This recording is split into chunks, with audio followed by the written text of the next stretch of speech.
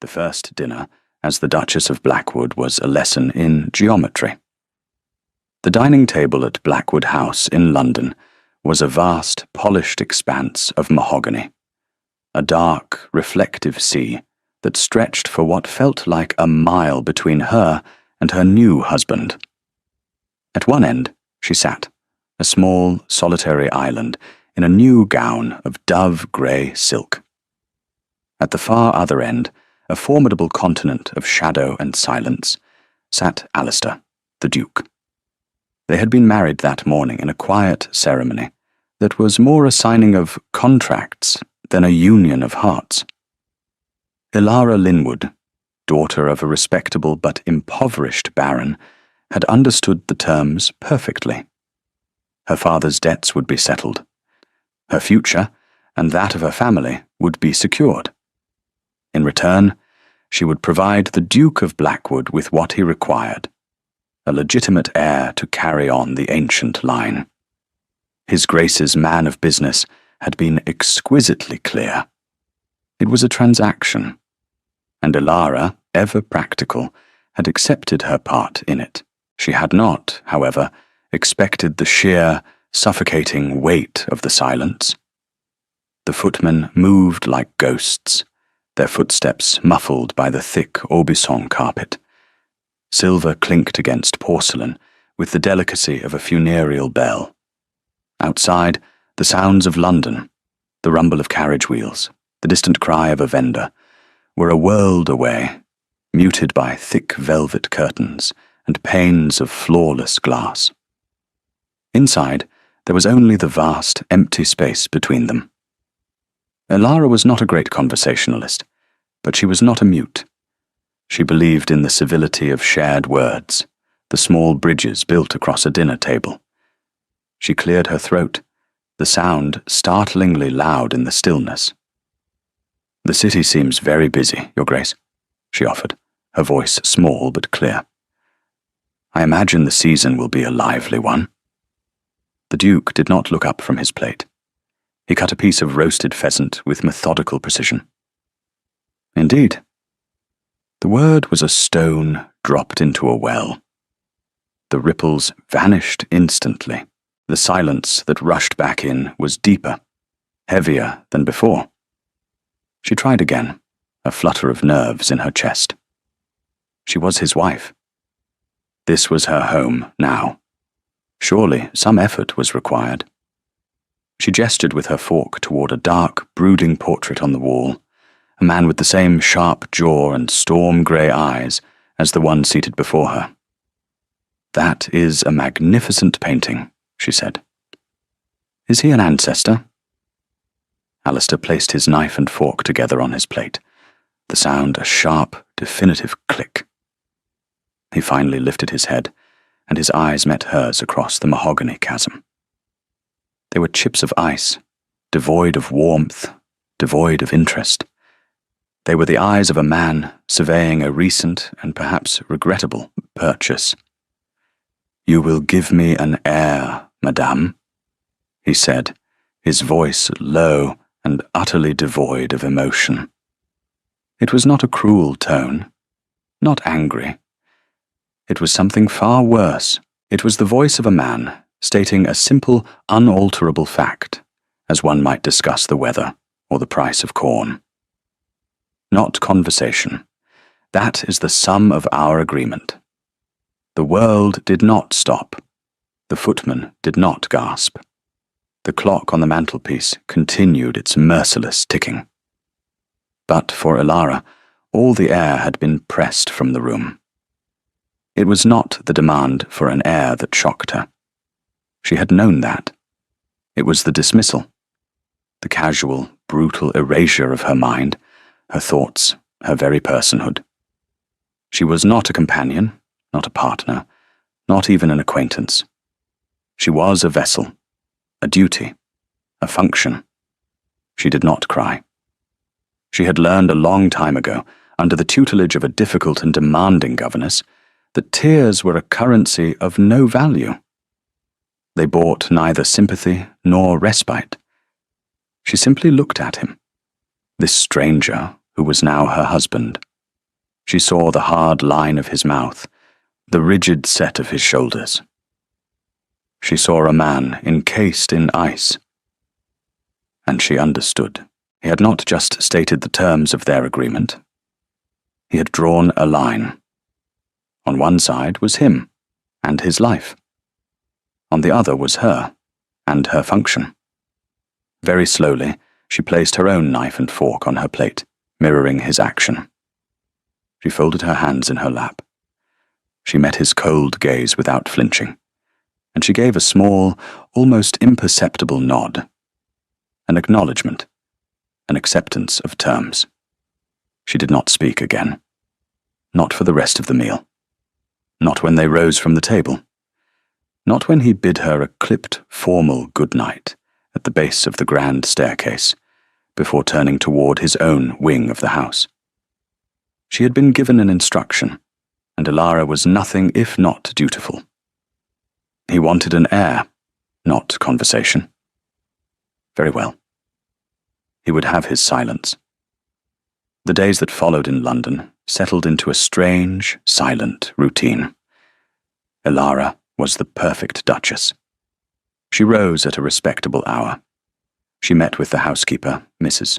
Croft, communicating her wishes for the day's menus and duties with brief, clearly written notes on heavy cream paper. She took a walk in the park, accompanied by a silent footman. She answered the few formal cards left for her with equally formal written replies. She saw her husband only at dinner. Each evening, they would enact the same grim pantomime. They would sit at opposite ends of the cavernous table. They would eat in absolute silence. He would read documents propped against a silver stand, his attention wholly absorbed. She would eat methodically, her eyes fixed on her plate, or on the play of candlelight on the silver. At first, Alistair felt a grim sense of relief. It was working. The arrangement was precisely as he had intended. Uncomplicated, efficient, devoid of the emotional clutter he so despised. He had a wife. The succession was being addressed. He had done his duty to the title, to the memory of his ancestors, to the gaping hole his younger brother's death had left in the family line. He required nothing more from her, and she, it seemed, required nothing from him. Her silence was a gift, a quiet, orderly space in which he could continue to live his life as he had before, only with the matter of the dukedom's future settled. He did not consider what the silence cost her. He did not consider her at all. Their marital duties were performed with the same cold, silent efficiency. He would come to her rooms late at night, a shadow in the darkness. There were no words, no tenderness, only a grim, focused purpose, an act of dynastic necessity. Elara would lie still, her body a separate country he was visiting for a brief, specific purpose. She would stare into the darkness and think of England.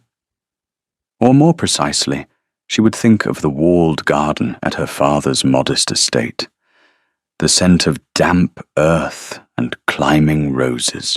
She would retreat to that place in her mind, a place he could not touch, could not dismiss. When he was finished, he would leave without a word, and she would be alone again. The silence he left behind was a relief. After a month of this frozen existence in London, a note was delivered to her room. It was from him. The script was black and severe. We removed to Stonefall on Tuesday.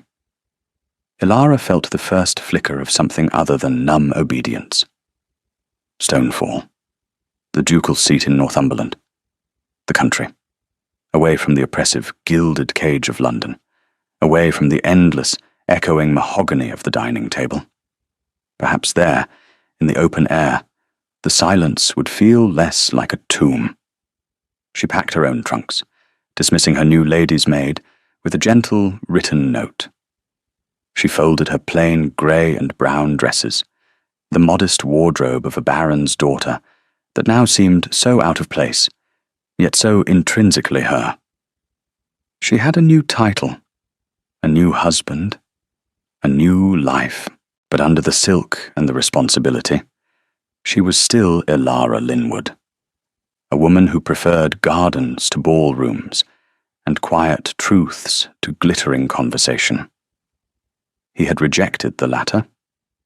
Perhaps at Stonefall she could find the former. The journey north was conducted in the same profound silence. They travelled in a large, well-sprung carriage, sitting opposite one another. For 2 days, he read. She watched the greening landscape of England slide past the window. She saw rolling hills give way to starker, more dramatic fells. She saw dry stone walls stitching the fields together like careful needlework. She felt the air change, growing sharper, cleaner. As the carriage turned off the main road and onto a long, winding drive, she saw it for the first time. Stonefall. It did not rise from the land so much as it seemed to have been carved from it. It was a vast, sprawling edifice of grey stone, formidable and ancient, with mullioned windows that stared out over the wild landscape like vacant eyes. It was not a welcoming house. It was a fortress, a bastion against the world. It was, she thought, with a flicker of grim irony, the perfect reflection of its master. As the carriage drew to a halt, the great oak doors swung open. A line of servants stood waiting in the cavernous hall. At their head was a tall, severe-looking woman in black bombazine, her silver hair pulled into a tight knot. Her face was etched with a kind of weary loyalty. Alistair stepped out of the carriage and strode into the hall without a backward glance. "Mrs. Gable?" he said, his voice echoing in the stone-flagged space. "All is in order, I trust." "Yes, Your Grace," the housekeeper replied, her gaze flickering for a fraction of a second to the woman who now stepped out of the carriage behind him. Elara stood on the threshold, a small figure in a plain travelling cloak. She looked at the assembled staff, their faces a mixture of curiosity and apprehension. She looked at the vast, cold hall, the suits of armour standing sentinel in the shadows, the tattered banners of forgotten battles hanging from the rafters. The house felt as though it had been holding its breath for a very long time. Alistair did not introduce her. He did not acknowledge her presence. He was already deep in conversation with his steward, a man who had hurried forward with a portfolio of papers. So Elara did what she had learned to do. She took matters into her own hands. She walked forward, her back straight, her chin high. She stopped before the housekeeper. Mrs. Gable looked at her, waiting. Elara did not speak. Instead, she offered the woman a small, genuine smile. And then she held out her hand. It was a simple gesture, an offering of peace, an acknowledgement of shared space. For a moment, the housekeeper just stared at the gloved hand. 1 second. 2. Then, slowly, as if breaking a long-held habit of formality, Mrs. Gable reached out and took it. Her own hand was calloused and strong. The brief touch was a pact, an understanding that passed without words. From across the hall, Alistair happened to look up from his papers. He saw the gesture. He saw the flicker of surprise, and then relief on his old housekeeper's face.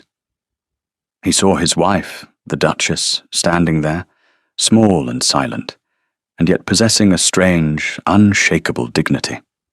For the first time, a faint, unfamiliar crack appeared in the ice of his carefully constructed world. It was the briefest of moments. Then he turned back to his steward. The papers, the numbers, the cold, hard facts that made up his life. He dismissed the image. It was nothing. It meant nothing. Spring came to Stonefall not as a gentle awakening, but as a fierce, determined battle against the lingering northern winter. The wind that scoured the fells still had a sharp edge, but the light was changing. The days were lengthening, and in the sheltered corners of the estate, the first stubborn signs of life were emerging. Elara found her rhythm in the quiet, sprawling house. Stonefall was a place of ghosts and memories, most of them belonging to a life that was not hers. But it was also a place of work, a place that needed a hand. The house had been neglected, allowed to slide into a state of managed decline. The Duke, it was clear, had been focused on the larger business of the estate, the mines, the farms, the ledgers, while the heart of the home, the house itself, had grown weary. She began her work in silence. She would walk the corridors, her fingers trailing over dusty furniture and faded tapestries. She made notes. The runner on the west gallery stairs is threadbare, a danger to the staff. The windows in the morning room do not close properly. The damp is getting in. The kitchens require new copper pans. The current ones are worn beyond repair. She would leave these notes on a silver tray in the housekeeper's office. Mrs. Gable would read them, her lips pursed in a thin line of approval, and the work would be done. Slowly, almost imperceptibly, the house began to breathe again. The scent of beeswax and lemon oil replaced the musty smell of dust. The windows gleamed. The fires in the hearths burned brighter. Her greatest discovery was the walled garden. It was hidden behind a high stone wall, accessible only through a heavy, iron-studded oak door, for which no one seemed to have the key. After 2 days of inquiries, a young stable boy remembered an old, rusted key hanging on a hook in the back of the potting shed. When Elara finally pushed the door open, her breath caught.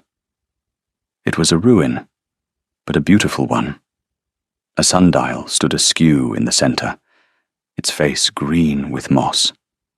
The stone paths were choked with weeds, but against the south-facing wall, a magnificent climbing rose, ancient and gnarled, had thrown out a riot of defiant, pale pink blossoms.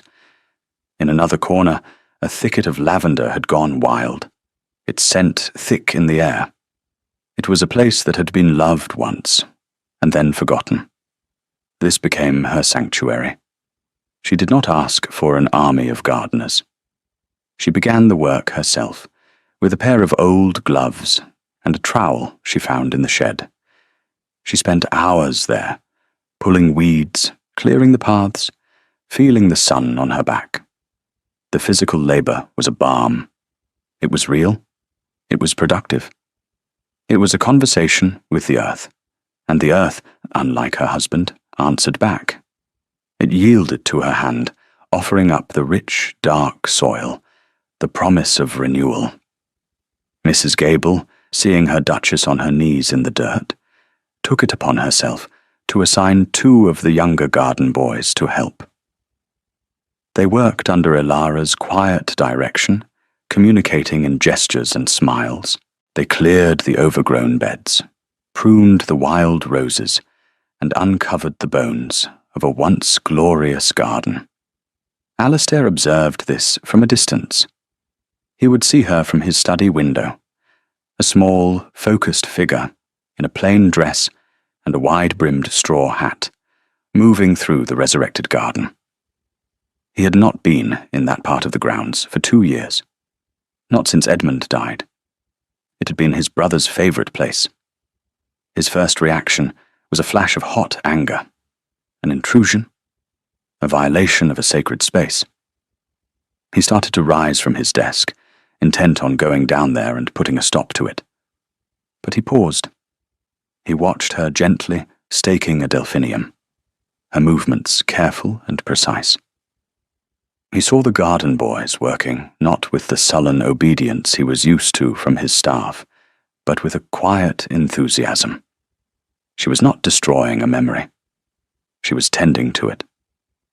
He sat back down, a strange, unsettling feeling coiling in his gut. He told himself it was practical. The Duchess was improving his property. It was a good use of her time. It kept her occupied. It kept her silent. And yet, the image of her in the garden stayed with him. A quiet splash of colour in his monochrome world. His world was one of numbers. He spent his days with his steward, Mr. Henderson, a man as dry and practical as himself. They reviewed accounts, debated crop rotation, and discussed the output of the local lead mines that formed a significant part of the ducal fortune. He was a good landlord, in that he was fair and unsentimental. Rents were collected, roofs were repaired, but there was no warmth, no connection. He was a remote and formidable power. One afternoon, a tenant farmer from an outlying holding requested an audience. The man, whose name was Dobson, was in arrears. His wife was ill, and his youngest son had broken a leg. Alistair listened to the story with his customary impassive expression. The rules were clear. Compassion was a luxury the estate's ledgers could not afford. "The rent is due, Dobson," he said, his voice flat. "You have had ample time." As the farmer was stammering a desperate plea, there was a quiet movement at the door of the study. Ilara stood there. She had a small basket on her arm, filled with fresh vegetables from her newly productive kitchen garden. She was on her way to the kitchens, and had not realized the Duke was occupied. She stopped, her eyes taking in the scene. The powerful, implacable Duke behind his enormous desk. The desperate, pleading farmer standing before him, his hat crushed in his hands. She did not speak. She simply looked at her husband, her gaze level and clear. Then she turned her eyes to the farmer, and a flicker of something, pity, understanding, passed across her face. Without a word, she stepped forward, took a large cabbage and a bunch of carrots from her basket, and placed them on the corner of the Duke's desk. Then she turned and walked out, closing the door softly behind her. The action was inexplicable. It was absurd. A cabbage and some carrots, offered as some sort of... what? A tithe? A commentary? Dobson stared at the vegetables. Alistair stared at the vegetables. The silence in the room was absolute. "Your Grace?" Dobson whispered, utterly bewildered. Alistair looked from the vegetables to the farmer's worn, worried face. He thought of his wife's expression. The simple, silent act of charity, of human connection. It was a language he had forgotten how to speak, but he recognized it when he saw it. It made his own cold calculations seem small, mean. He cleared his throat. "The debt will be deferred, Dobson," he said, the words feeling strange in his mouth. "See to your family. Henderson will make the arrangements." The farmer's face crumpled in disbelief, and then overwhelming gratitude. He backed out of the room, bowing and scraping, leaving Alistair alone with the vegetables. He stared at the cabbage as if it were a foreign artifact. His wife had not said a word. And yet she had changed the outcome of the entire meeting. She had wielded her silence and a cabbage with more power than any argument. He did not know what to feel. Annoyance? Yes.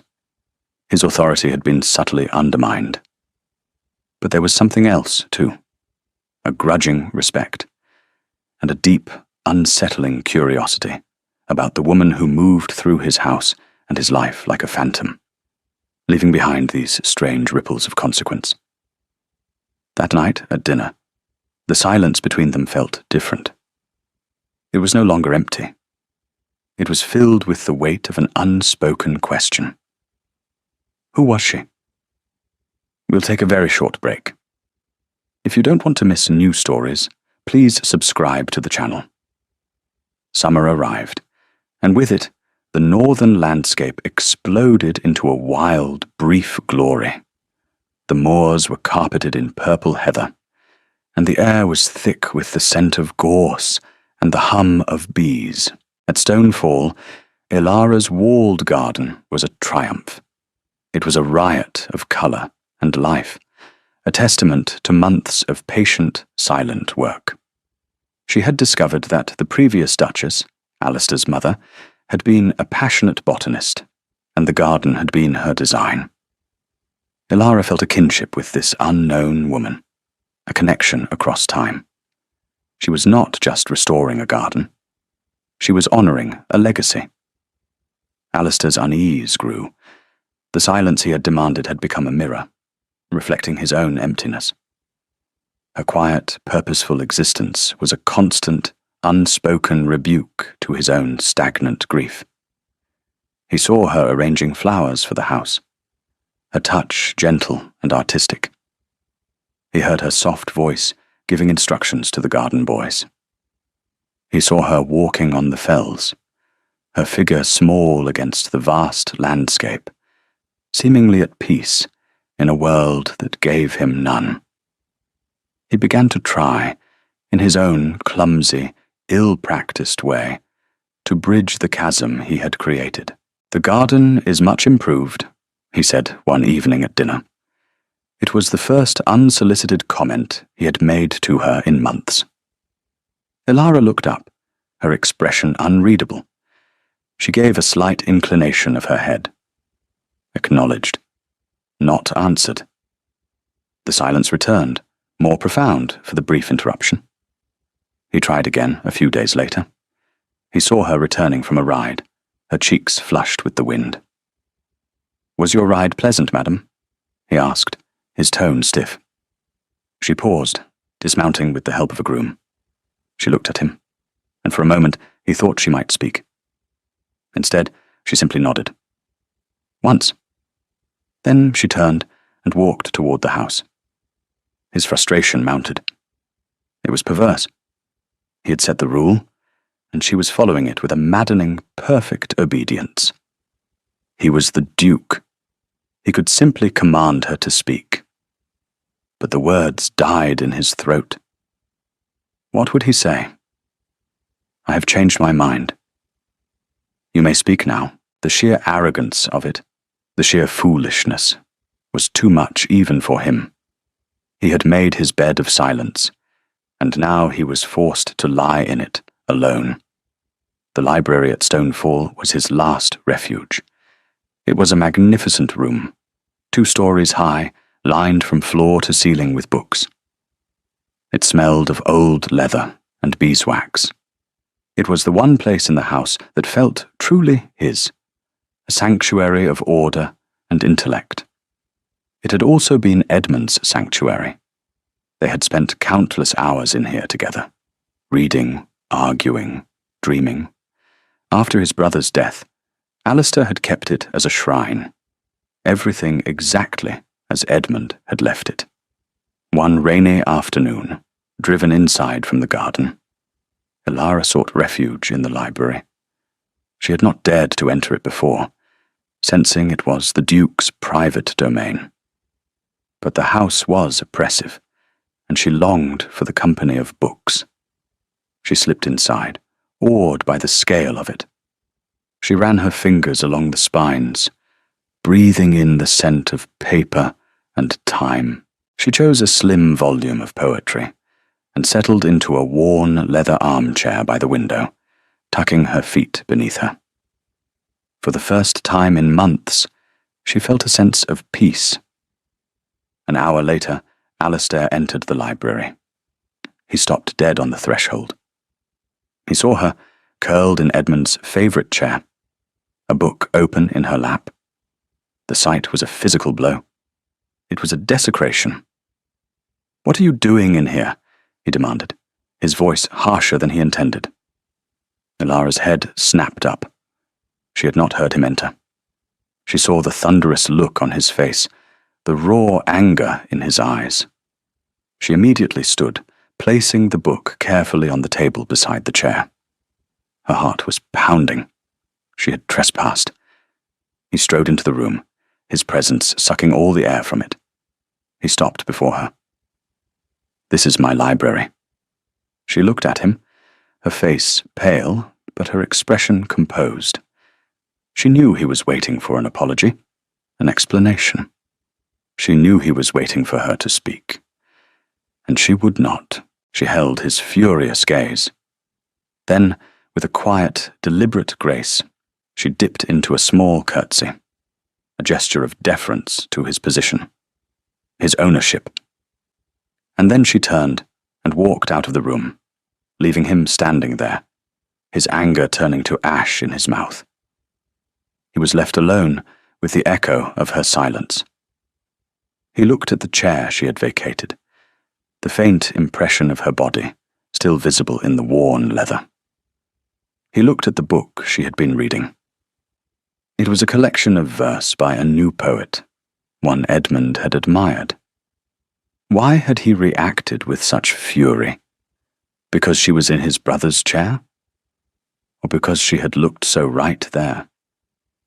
Because for a fleeting, terrifying moment, she had filled a space that had been empty for too long, and it had felt not like a betrayal, but like a relief. The silence she left behind this time was not peaceful. It was agonizing. It was the sound of his own loneliness. His desperation was a cold, hard knot in his chest. He had to make her speak. He had to undo what he had done. But how? The answer, it seemed, came in the form of a perfumed letter that arrived with the London post. It was from Lady Annalise Finch, the daughter of an earl, and the woman many in society, including Annalise herself, had assumed would one day be the Duchess of Blackwood. She wrote with a gushing, effusive charm, announcing that she and her mother would be in the north visiting relatives, and would be simply delighted to impose upon his hospitality for a few days. Alistair read the letter with a sense of dread. Annalise was everything Ilara was not: loud, glittering, and relentlessly social. Her conversation was a torrent of fashionable gossip and pointed observations. In his previous life, he had found her tolerable, even amusing. Now, the prospect of her arrival filled him with a profound weariness. But then, a thought struck him. A cruel, desperate, and brilliant thought. Annalise's presence would be a shock to the system. Her constant chatter would throw Ilara's silence into sharp relief. Perhaps jealousy, or social pressure, or simple irritation would succeed where his own clumsy efforts had failed.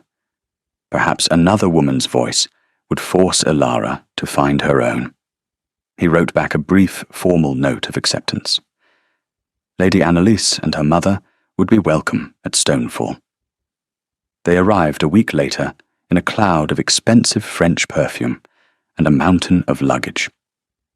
Lady Annalise was as radiant and sharp as he remembered, her eyes taking in the state of the house, the servants, and, most particularly, its silent Duchess, with a swift, assessing glance.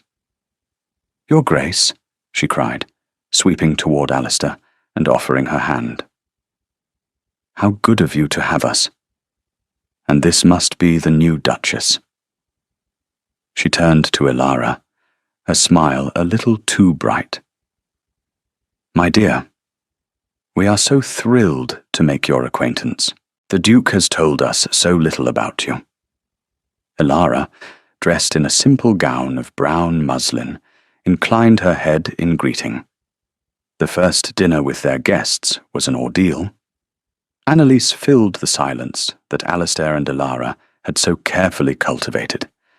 She chattered endlessly about London, about the latest scandals, about who was marrying whom.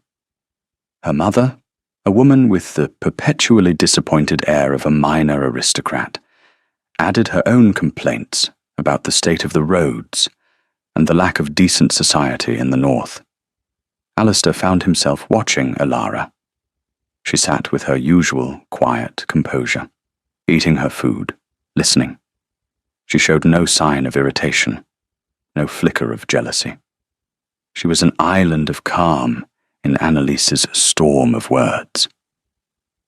"The Duchess is so restful," Annalise commented, her eyes gleaming with malice as she glanced at Elara. "One imagines she must be a great comfort to you, Your Grace, after a long day, so little effort required." Alistair felt a muscle tighten in his jaw. He had once thought the same thing. Now, hearing it from Annalise's lips, it sounded like the insult it was. "My wife," he said, his voice dangerously quiet, "has a great deal of sense, Lady Annalise. She does not waste it on trivialities." The shot hit its mark. Annalise's smile faltered for a fraction of a second. She stared at him, surprised by the sharp defense. He was surprised too. The words had come out before he had even thought them. He had defended her, her silence, her dignity. Elara's eyes flickered toward him, just for a moment. There was no triumph in her expression, only a quiet, unreadable watchfulness. The visit wore on. Annalise made a project of Elara, treating her like a pet or a simple-minded child. "My dear Duchess, shall we walk in the garden? Oh, but perhaps the sun is too strong for your delicate constitution." "Do you play the pianoforte, Duchess?" "No?" "What a pity. Music is such a comfort." Through it all, Elara remained serene and silent.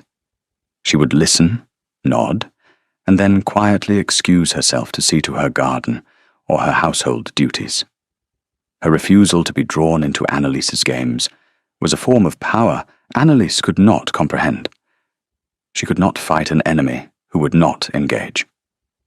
One afternoon, Annalise cornered Alistair in the library. "Alistair, we must speak frankly," she said, closing the door behind her. "This is a disaster. The girl doesn't speak. The whole county is beginning to whisper. They call her the Silent Duchess. It reflects poorly on you. You need a wife who can act as your hostess, who can converse, who can manage society. Not this." She gestured vaguely in the direction of the house. Alistair looked at her perfectly coiffed hair, her expensive silk gown, her face animated with ambition and concern that was entirely for herself. He thought of her endless, meaningless chatter. He thought of the noise, the sheer, exhausting noise she brought with her, and he compared it to Elara's silence. A silence that was not empty, but full of dignity, of purpose, of a strength he was only just beginning to understand. A silence that had made him look at his own life, his own grief, his own cruelty, and find them wanting. "I find my wife's company entirely satisfactory, Annalise," he said, his voice cold as the stone of the house. "And I find your concern for my affairs misplaced." He opened the library door for her, his expression leaving no room for argument. Humiliated and furious, Annalise swept out. The next morning, she and her mother made their excuses and departed, leaving a blessed, wonderful quiet in their wake. That evening, at dinner, the silence returned. But it was different now. It was not a weapon. It was not a punishment.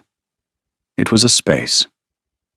A quiet space that Alistair now understood was not empty, but waiting for him to be worthy of entering it. The year was turning. Autumn was approaching. And he knew, with a certainty that chilled him to the bone, that his time was running out. The first chill of autumn was in the air, a sharp, clean scent of wood smoke and damp earth. The leaves on the great oaks in the park were beginning to turn, their edges tinged with gold and rust. It was a season of endings, and Alistair felt a growing sense of panic. It would soon be a year. A year since he had spoken those fateful, foolish words. A year that she had held him to his brutal bargain. His salvation and his judgment arrived in a handsome black carriage. His mother, the Dowager Duchess Augusta, had come to Stonefall. Augusta was a formidable woman. She was in her late 60s, with eyes as sharp and intelligent as her son's, but tempered with a warmth and a wry humour he had long since lost. She had been a renowned hostess in her day, a woman of great style and even greater substance. Since her husband's death, she had lived a quiet life on one of the dower estates, but she missed nothing. Her letters were infrequent but always pointed. She swept into Stonefall and immediately took charge. She embraced Alistair, her hug surprisingly strong. "You look terrible, Alistair," she announced, holding him at arm's length, like a man who has forgotten how to sleep. Then she turned to Ilara, who stood quietly by the fireplace. The dowager's sharp eyes took in everything: the simple but well-made dress, the quiet composure, the absence of jewels, the unshakable dignity. "And you must be Ilara," she said, her voice softening. She did not wait for a curtsy. She moved forward and took both of Ilara's hands in her own. "My dear girl, I am so very glad to meet you." Ilara looked into the older woman's eyes and saw not pity, but a keen, compassionate intelligence. She felt an unexpected warmth spread through her. She squeezed the dowager's hands in return. A silent answer to the unspoken welcome. Augusta, of course, noticed the silence immediately. She was a connoisseur of social dynamics, and the atmosphere between her son and his wife was a symphony of dysfunction she could read with perfect clarity. For 2 days, she observed. She watched them at dinner, the vast, silent space between them. She watched Ilara managing the household with her quiet notes. She walked with Ilara in the walled garden, listening, or rather not listening, as Ilara communicated her passion for the place through gestures, through the simple act of showing a particularly beautiful rose or a promising new planting. On the 3rd day, she cornered Alistair in his study. "All right," she said, closing the door firmly behind her. "I have been patient. Now you will tell me. What did you do to that girl?" Alistair bristled at her tone. "I have done nothing. She is quiet by nature." Augusta laughed, a short, sharp bark of disbelief. "Quiet by nature? Alistair, that young woman has a mind that is constantly at work. I can see it in her eyes. She is not quiet. She is silenced. And there is only one person in this house with the power to do that. So I will ask you again. What did you do?" He turned away, staring out the window at the bleak, beautiful fells. He could not meet her eyes. The shame was a physical weight. For months, he had lived with his folly. To speak it aloud, to give it voice, felt like a final, damning judgment. But his mother's gaze was relentless. He finally turned back, his face a mask of weary defeat. In a low, clipped monotone, he told her. He recounted the scene at that first dinner. He repeated the words. "You will give me an heir, madam, not conversation. That is the sum of our agreement." The silence that followed was more damning than any tirade. Augusta simply stared at him, her expression a mixture of horror and profound disappointment. "You fool," she whispered, the words trembling with a rare anger. You absolute, unmitigated fool. She sank into a chair, as if her legs could no longer support her. Her father was a scholar. Her mother was a poet. She was raised in a house filled with books and ideas and debate.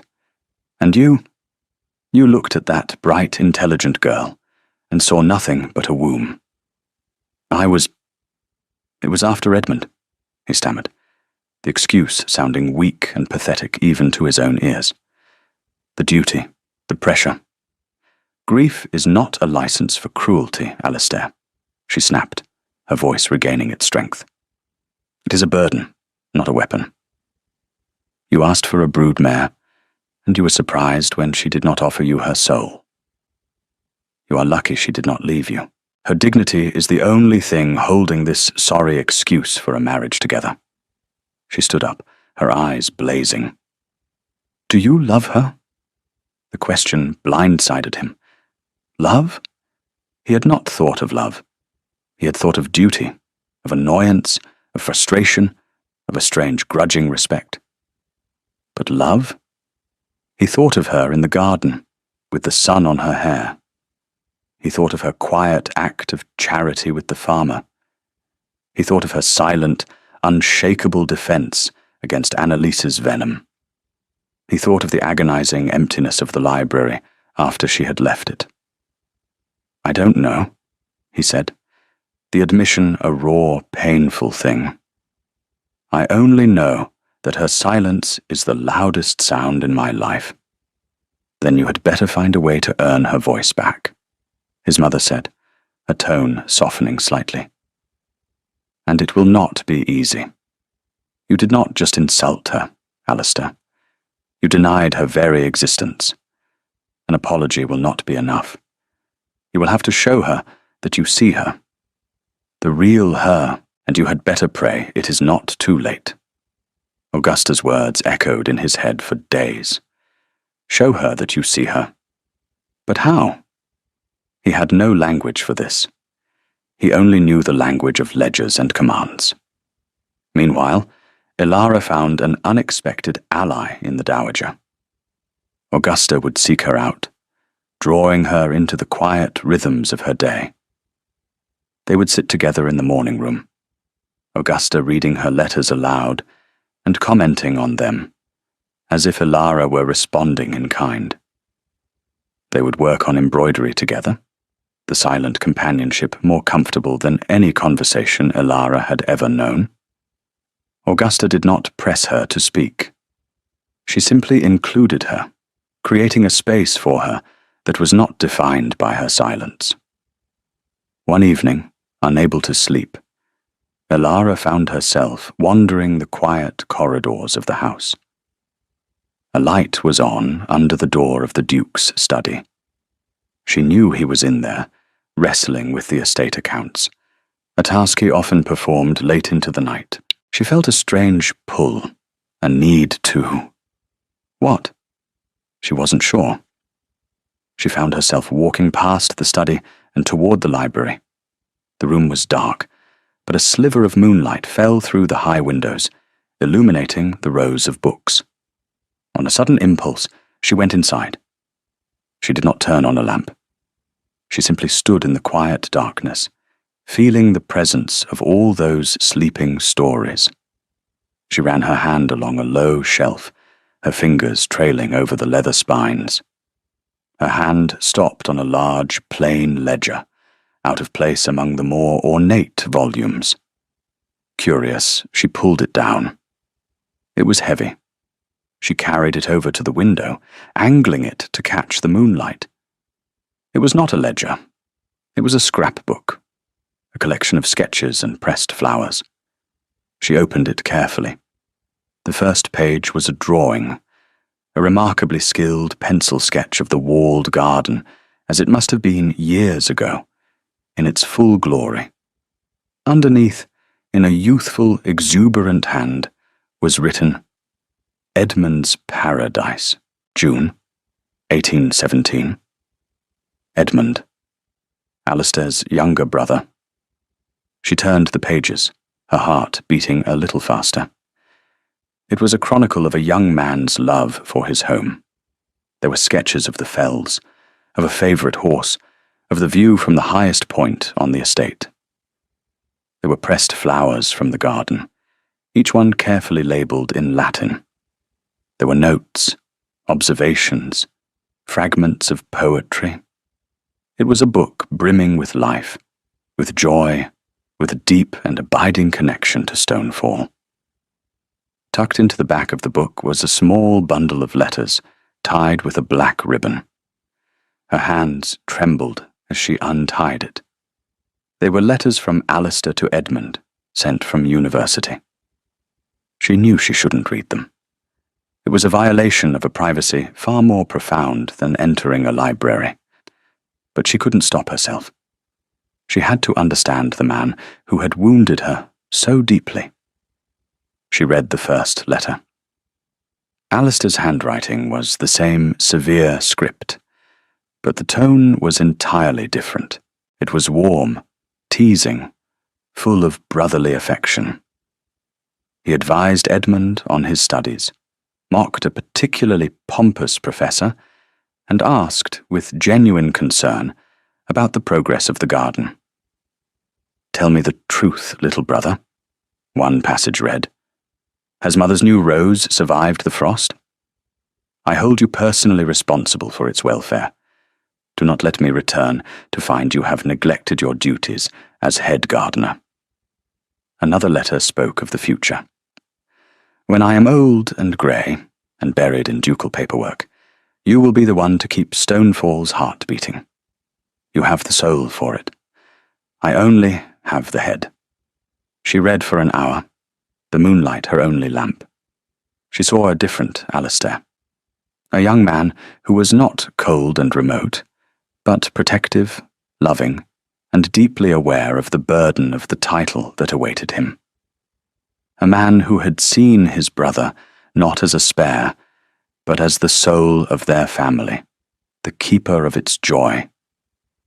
And she finally understood. The man who had spoken those cruel words at the dinner table was not the real Alistair. He was a shell, a man hollowed out by grief, crushed by a duty he believed he had to bear alone. His cruelty to her had not been about her at all. It had been about him, about the brother he had lost, and the joy that had died with him. She carefully retied the ribbon around the letters and placed them back in the scrapbook. She slid the heavy book back into its place on the shelf. The anger she had held onto for so long, a hard, protective stone in her chest, had dissolved.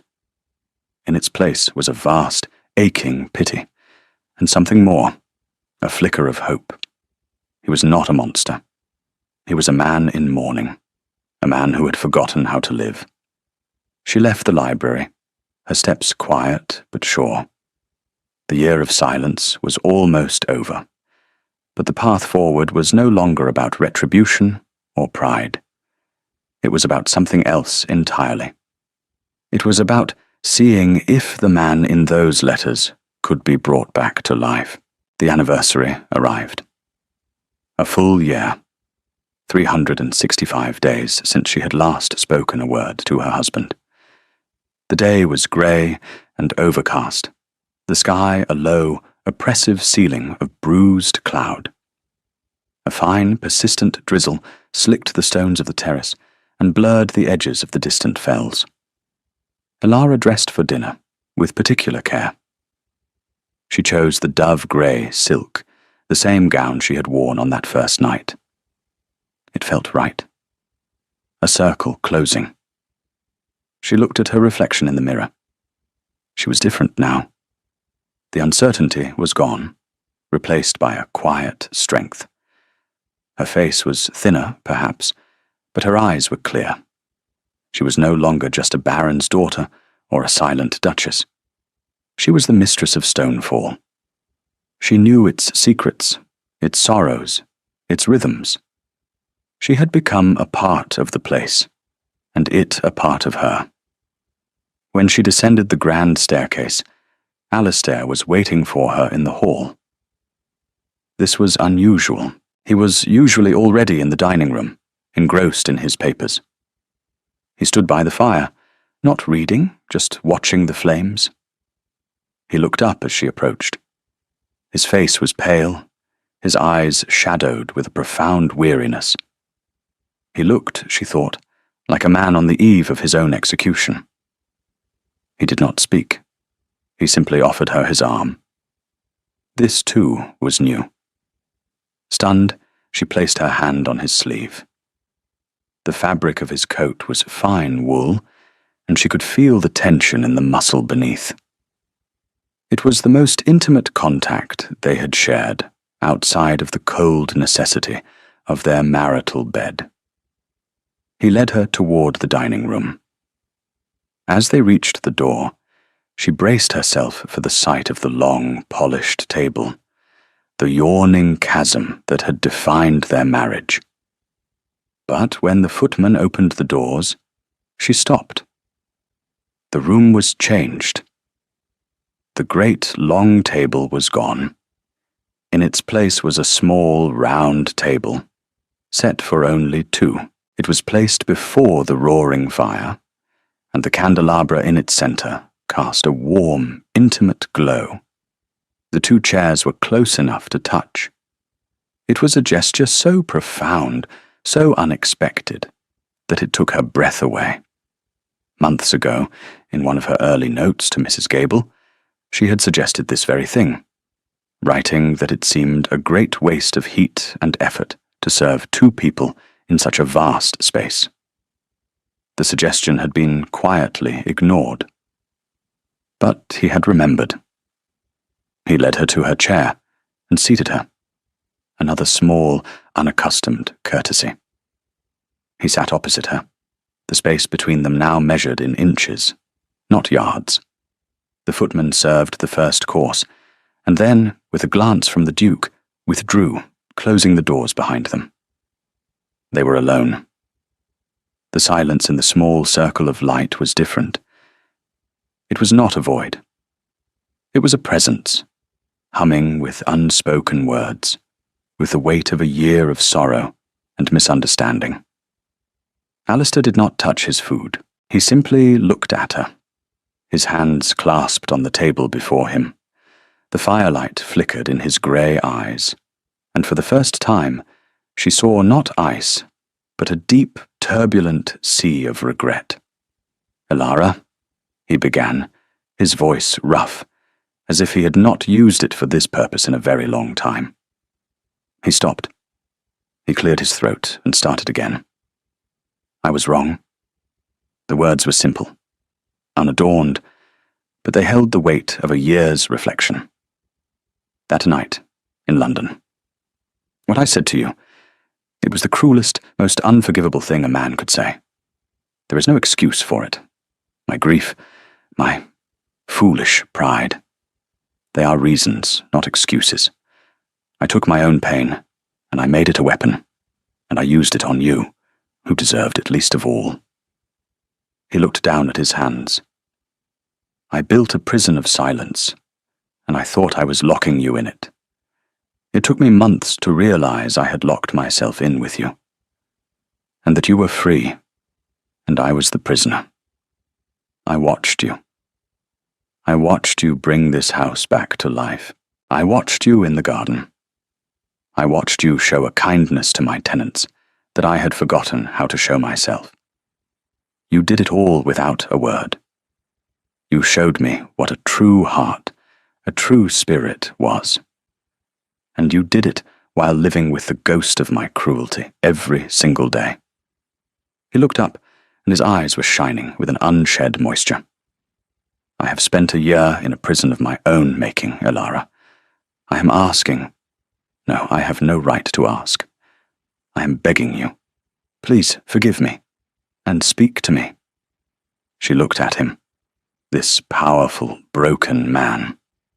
She saw the Alistair from the letters, the protective older brother, buried under the weight of a title he never truly wanted.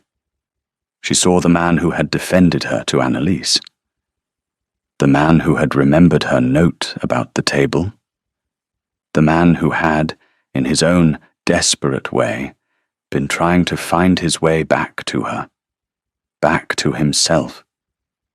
She thought of the year of silence. It had begun as a shield, a way to protect the small, essential part of herself that he had tried to deny. It had become a habit. And then it had become a choice. Now she had another choice to make. She looked at the shortened table, the two of them finally within reach. She thought of the sketches of the garden. She thought of the man in the letters, the boy who had charged his brother with protecting a single rose. She reached out her hand and placed it over his on the table. His skin was cold, but his grip, when it closed over hers, was desperate and warm. She drew a breath. The first word felt strange, a foreign object in her mouth. Alistair. It was just his name, but it was everything. It was forgiveness. It was a beginning. The tension in him broke. A long, shuddering breath escaped his lips, and he lowered his head, pressing her hand to his forehead. He did not weep, but she felt a single, hot tear fall onto her skin. She let the silence sit for a moment longer, a final, respectful farewell to the year that had passed. Then she spoke again, her voice a little rusty, but clear and strong. "You have been mourning," she said softly. "You have been carrying a weight that was too heavy to bear alone." He raised his head, his eyes searching hers, full of disbelief and a dawning hope. "How did you know?" "I found the letters," she confessed. "The ones you wrote to Edmund. I went to the library one night. I'm sorry. I should not have read them." "No," he said, shaking his head. "No. I'm glad. I'm glad you saw. I wanted to tell you. I didn't know how. He was the heart of this place. The heart of me. When he died, I thought the only way forward was to close everything off, to just do the duty. I thought that was strength. I didn't realize it was a different kind of death. It is not a weakness to feel, Alistair," she said. "It is not a weakness to need help carrying the weight." And so they talked, for hours. The food grew cold on the plates, forgotten. She told him about the garden, about her conversations with the earth. She told him about her quiet discoveries in the house, the small histories she had uncovered. He told her about Edmund, about their childhood, about the crushing weight of the dukedom after his brother's accident. He spoke of his fear, his loneliness, his profound, suffocating grief. It was not a confession and an absolution. It was a sharing, a slow, careful unwrapping of two wounded hearts. For the first time, they were not a duke and his duchess, not a man and his function. They were Alistair and Elara, two people at a small table in a circle of warm light, finding their way back to each other, word by painful, precious word.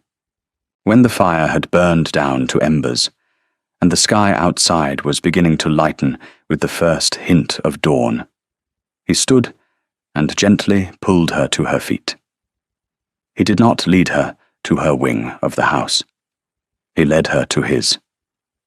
And for the first time, when he closed the door to his bedchamber, it was not to perform a duty, but to welcome his wife home. Epilogue. 1 year later, the walled garden at Stonefall was a masterpiece. It was late summer, and the air was heavy with the scent of 1,000 blooming things. Roses climbed the ancient stone walls in a riot of crimson and cream. Lavender hedges buzzed with bees. The delphiniums stood like tall blue sentinels guarding beds overflowing with phlox, daisies, and heavy-headed peonies. In the center of the garden, by the newly righted sundial, Elara sat on a stone bench, a book lying open but unread in her lap. She was watching her husband. Alistair was on one knee, his back to her, carefully staking a climbing clematis. He was wearing old trousers and a linen shirt with the sleeves rolled up, his ducal dignity entirely forgotten. He was talking, a low, happy murmur directed at the plant. He was explaining, with great seriousness, why its current trajectory was unacceptable, and how this new arrangement would afford it a much better view of the fells. A small boy of about 5, the son of the head gardener, stood beside him, watching with solemn concentration. "Will that make it happy, Your Grace?" the boy asked. Alistair turned his head, and a smile transformed his face, crinkling the corners of his eyes. It was a genuine, easy smile, a sight Elara now knew as well as her own heartbeat. "It is our solemn duty to try, Thomas," he said. "The Duchess insists upon it. A happy garden is a happy home." He finished his work and stood up, brushing the dirt from his hands. He saw Elara watching him, and his smile deepened. He walked over to the bench and sat beside her, draping an arm around her shoulders.